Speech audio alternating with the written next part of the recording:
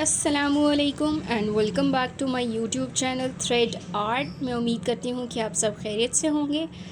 आज की वीडियो में हम बनाना सीखेंगे बहुत ही प्यारे से हैंडमेड क्रोशे पर्ल इयररिंग्स।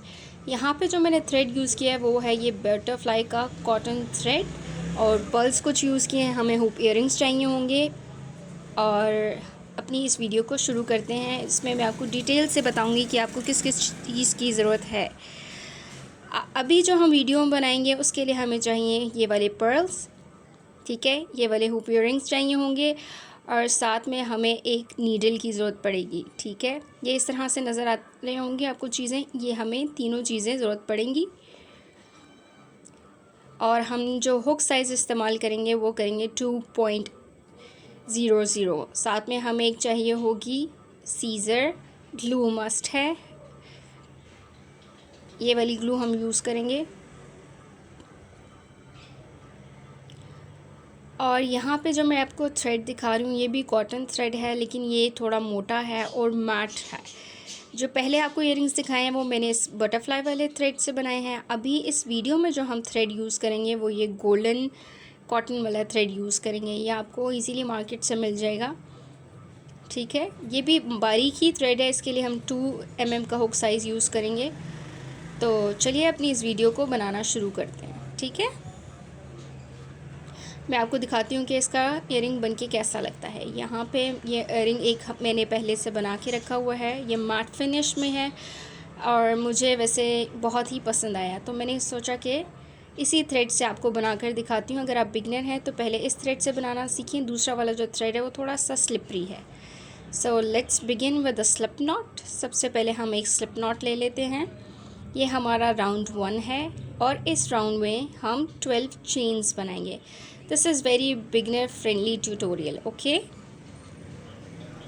सो यहाँ हम फर्स्ट चेन बना लेते हैं। ये हमारी हो गई सेकंड चेन, थर्ड चेन, 4, 5, 6, 7,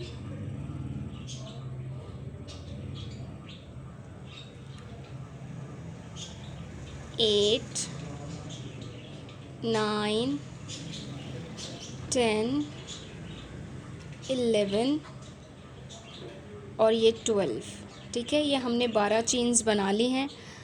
ये हमारा राउंड 1 था। अब हमने क्या करना है, जो पहला हमारी चेन थी उसके अंदर स्लिप स्टिच करेंगे हम इस तरह से फर्स्ट चेन के अंदर।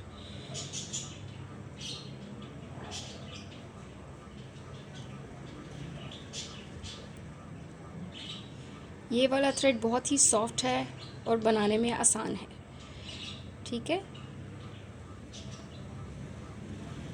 हमने इस तरह से एक रिंग बनाना है, लेकिन हम इसको टाइट नहीं करेंगे। अब एक चेन लेंगे और राउंड 2 को स्टार्ट करेंगे। राउंड 2 में हमने क्या करना है, ये जो रिंग हमारे पास मौजूद है, हर इस रिंग के अंदर हम 24 टाइम्स सिंगल क्रोशिया करेंगे, ठीक है। इस रिंग के अंदर आपने टोटल 24 सिंगल क्रोशिया करने हैं।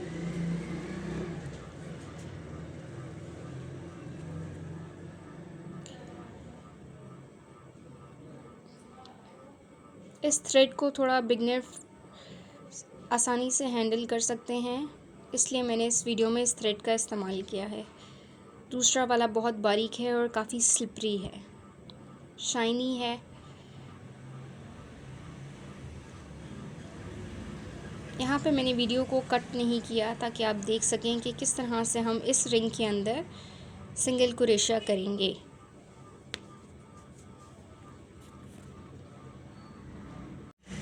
यहाँ पे हम आखिरी सिंगल क्रोशिया कर रहे हैं, उसके बाद हम राउंड 2 को क्लोज़ करेंगे।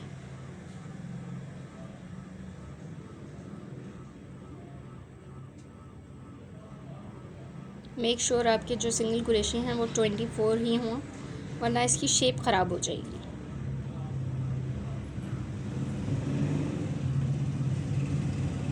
इसको क्लोज़ हम कैसे करेंगे कि पहला जो हमने सिंगल क्रोशिया किया था उसके अंदर स्लिप स्टिच से इसको